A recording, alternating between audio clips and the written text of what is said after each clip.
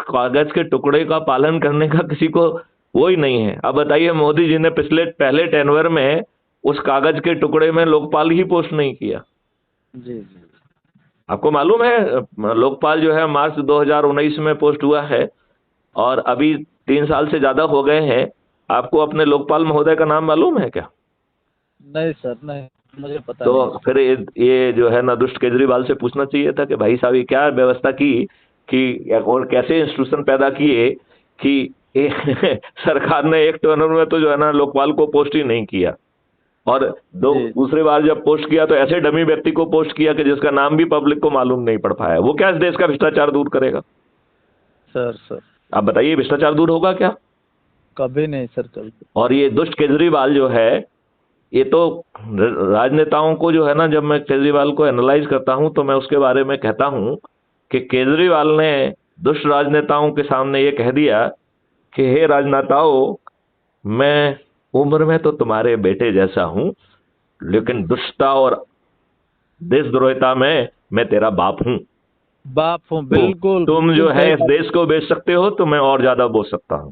इसमें कोई शक तुम नहीं। जो है तुष्टीकरण कर सकते हो तो मैं उसमें भी तुम्हारा बाप हूं। तुम बिल्कुल गरीबी बिल्कुल बांट सर। सकते हो, लोगों को मूर्ख बना सकते हो, तो उसमें भी मैं तुम्हारा बाप हूं। हाँ हाँ और हाँ मैं हाँ। तो विदेश देश ऐसी देशद्रोही शक्तियों से भी हाथ मिला सकता हूं जिसमें शायद हो सकता है तो आप हाथ ना मिलाएं। 100% बिल्कुल। तो ये मेरी एनालिसिस है केजरीवाल के बारे में।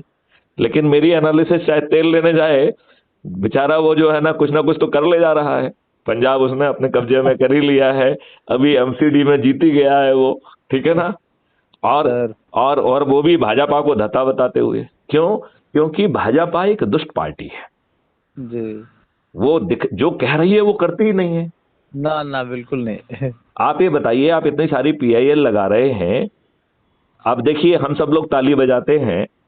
जी बनारस की कोर्ट ने बनारस की कोर्ट ने सर। ज्ञानवापी मस्जिद में कहा सर्वे करो, राइट? हम लोगों ने जी खूब ताली बजाई, सर। राइट? अभी जो है ना मथुरा की कोर्ट ने भी वैसे ही कह दिया है, हाई सर। कोर्ट ने उसे अपहेल्ड भी कर दिया है। जी क्या हमारे जजेज इतने अज्ञानी हैं? इस वर्शिप प्लेसेस एक्ट 1991 ने 3 जो है ना मूल सिद्धांत प्रतिपादित किए हैं। सर। सर। पहला सिद्धांत ये है कि जो स्थान जिस धर्म के लिए 15 अगस्त 1947 को उपयोग हो रहा होगा, उसी धर्म के लिए उपयोग किया जाएगा। सर। सर। तो आप ओरिजिनल स्वरूप क्यों जानना चाहते हैं? नहीं नहीं, मैं आपसे पूछता हूं, भाई इस बात को किसको संदेह हो सकता है कि जो नंदी बाबा जो है जहां मुंह करते हैं वहां भगवान शिव बैठते हैं, राइट? और जी जिसको फव्वारा कहा जा रहा है वो स्वयंभू शंकर भगवान ही हैं। इस बात को मूर्ख भी बता सकता है, बिना किसी सर्वे के बता सकता बिल्कुल है। बिल्कुल बिल्कुल। है ना, इसमें कोई बड़ा ज्ञान की जरूरत तो नहीं है।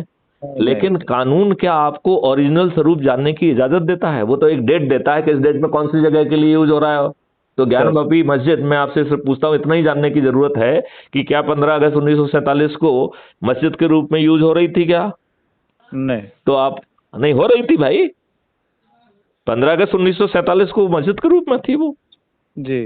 मथुरा वाले में भी यही है। तो हाँ मतलब। मैं नहीं नहीं नहीं, मैं कह रहा हूं इसमें बाधा क्या है? एक जी। एक्ट जिसको वर्शिप प्लेसेस एक्ट 1991 कहते हैं।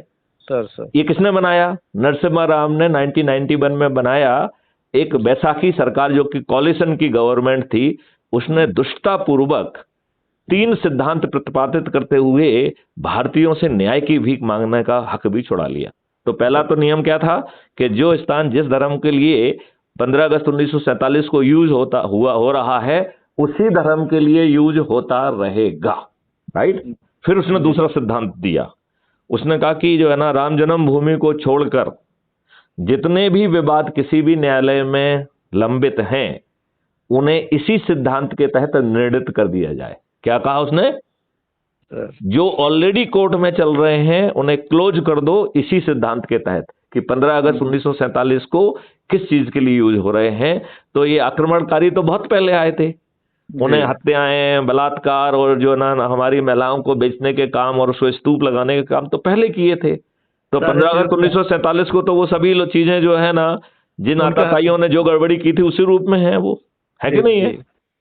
तो इसमें बहुत कोई विद्वत्ता की जरूरत नहीं थी। इसका मतलब है हमारे दुष्ट राजनेता चाहते थे कि जितने जो है ना आप उस समय अपमानित हुए उस अपमान के साथ जिए, और इसलिए जिन लोगों ने आपके ऊपर आक्रमण किया, जिन लोगों ने आपकी हत्याएं की, जिन्होंने जो है ना आपकी महिलाओं के साथ बलात्कार किया, जिन्होंने महिलाओं को बेचा और उसके लिए स्तूप लगाया और वो स्तूप आज भी विद्यमान है, हमें फिर भी लज्जा नहीं आती है। हम दुष्टतापूर्वक जो है ना अपने इतिहास में उन्हीं का महिमागान करते हैं। हम दुष्टतापूर्वक जो है ना शहरों के नाम उन्हीं के ऊपर रखे हुए हैं, रेलवे स्टेशन के नाम भी रखे हुए हैं, गलियों और कूचों के नाम रखे हुए हैं। हमें लज्जा ही नहीं आती है, शर्म ही नहीं आती है। जी। तो अब जो है इसका ये रिवर्सिव प्लेसेस एक्ट 1991 का सेक्शन 4 है, वो कहता है courts are banned from taking cognizance. तो 1991 के बाद आप न्यायालय में जाके भीख भी नहीं मांग सकते हो, आप कितने भी सही क्यों ना हो। तो कितना दुष्ट रहा ये नरसिम्हा राव, कितनी दुष्ट ये कांग्रेस रही, और कितने दुष्ट ये भाजपाई हैं जिन्होंने 8-9 साल गुजार दिए। तो कुछ भाजा साहब कह रहे थे कि अरे भाई, अरे नरेंद्र मोदी जी बड़ी दूर की सोचते हैं। तो मैंने कहा भाई साहब, जो सोचते